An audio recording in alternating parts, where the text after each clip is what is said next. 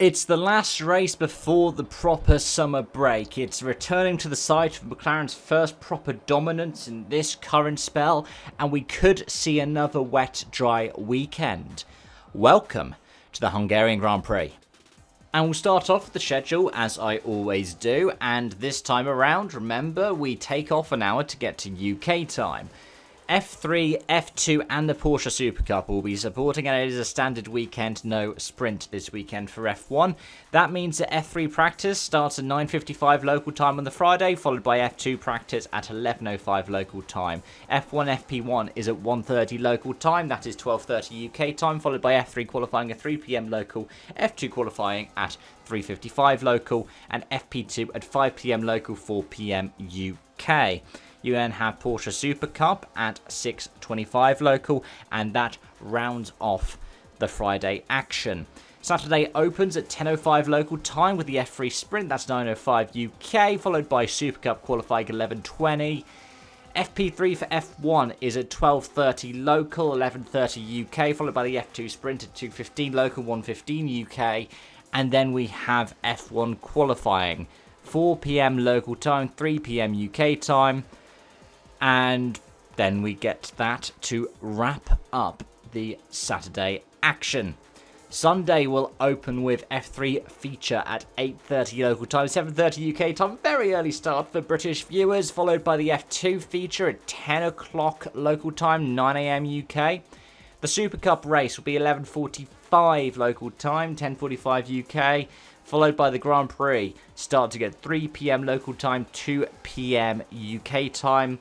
1 PM GMT, because we like to be nice and confusing in the UK, and in our summer we use British summertime, which is what the Europeans use for the winter time, and is 1 hour ahead of Greenwich Mean Time, or UTC. And I'll quickly talk about the forecast, because that is a little bit up in the air depending on who you ask. I tend to go off the BBC for it, because, well, they've done all of the stuff about things like AccuWeather in the past, but they are saying, the likes of AccuWeather, that we could expect rain on Sunday. The BBC is similar in terms of precipitation, but they err on the side of caution. But generally, they all believe that on Friday, it's going to peak at around 29 degrees. That happens towards the end of the day's action, but that will be the peak. A low of 15 degrees in the middle of the night. There's a very little chance of precipitation at around 6 PM, so that's during the Super Cup stuff. On Saturday, the peak precipitation is about 24%, and that's around the time of qualifying. But again, peak temperatures of 29, lows of 15 through the night. Most likely there will be some showers overnight going into Sunday, and then when you get into Sunday proper, a lower peak, 26 degrees. That will happen around the time of the Grand Prix, and the BBC reckon that precipitation will be as low as around 6% around the time it lights out. Other lots like the Weather Channel or AccuWeather reckon that it will be closer to 23. Between me recording this, the video coming out, and the actual weekend when you might be watching this, we'll get a clearer picture. Expect some winds. Expect maybe some drizzle. Don't expect something like we saw in the Hungaroring last week. Don't expect Bottas bowling. The rain is most likely going to be happening early next week, around Tuesday. So we could have a greener track. That means that there may be some showers that wash away some of the grip. So it could be a lower grip dry race. We could see the track evolve a lot over the course of each of the individual days. But don't expect that there could be like a sudden torrential downpour. Don't expect 2021. That said, when we look at the form guide, 2024 is probably a good one to go off of. It was a front row lookout for McLaren, and it was a 1-2 in the race. Piastri jumped Norris. Norris got very annoyed about it, asked for them to swap to salvage whatever kind of title bid he still had going at that point, but he was told by the team to remember that he was being sort of paid back in a way, like Oscar was being paid back for helping Lando out in the past. So yeah, it was a manufactured finish in the end. They were 15 seconds clear of third place Lewis Hamilton in the Ferrari. The Ferrari? I'm getting too used to saying that. In the Mercedes. The Ferrari of Charles Leclerc in fourth. Verstappen was in fifth. 22 seconds off the win. The top 8 being rounded out by Sainz, 23 seconds back. Perez 40 seconds back, and George Russell, who ended up being classified in 8th. He was 43 seconds back. He picked up the fastest lap point as well. But in qualifying, Verstappen was second to the McLarens. Should have said third, shouldn't I? He was about 24,000th of a second off of Piastri. He was about 500th of a second off of Norris.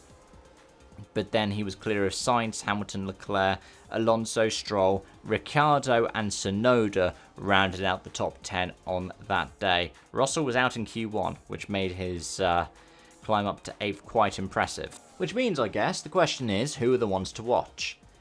You can't really rule out Verstappen behind the McLarens. I mean, the McLarens are pretty much a shoo-in, aren't they? They've only gotten faster in the past 12 months. Red Bull, I mean, this has been a track that has historically gone well for Max if the car's dialed in. If the car is damaged like it was in 2021, it's not a good race for him. So, I don't know. I don't know whether to put Max as the 3rd fastest or to put him as the 7th fastest. But it could be anywhere in between. The Ferrari seem to be getting dialed in more and more with these upgrades, and as Lewis gets more used to the changing with the brakes, because that's supposedly what caused the issue at Spa last weekend, he could be somebody to keep an eye out for.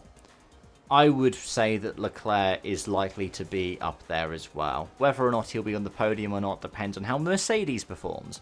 Mercedes tends to do better in cooler conditions. Russell has tended to go well with these, but they also tend to do better with flatter tracks, and Monaco without the barriers is one that has quite a bit of elevation change.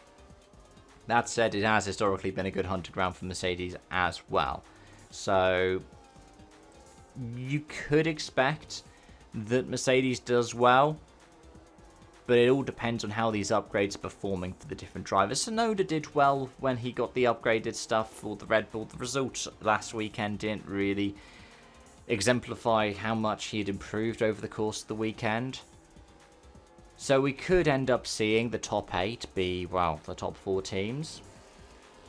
But how it falls behind the McLarens, and if any of them end up stepping up to the McLarens, that's all down to matters of circumstance. That's down to how well they prepare. It's down to how well they dial in the car. It's down to how well each car suits the different characteristics of the track. One of the things at the Hungaroring, we say Monaco without the barriers, it is one of those tracks that is relatively low in terms of average speed, despite the fact that it has some deceptively fast sections.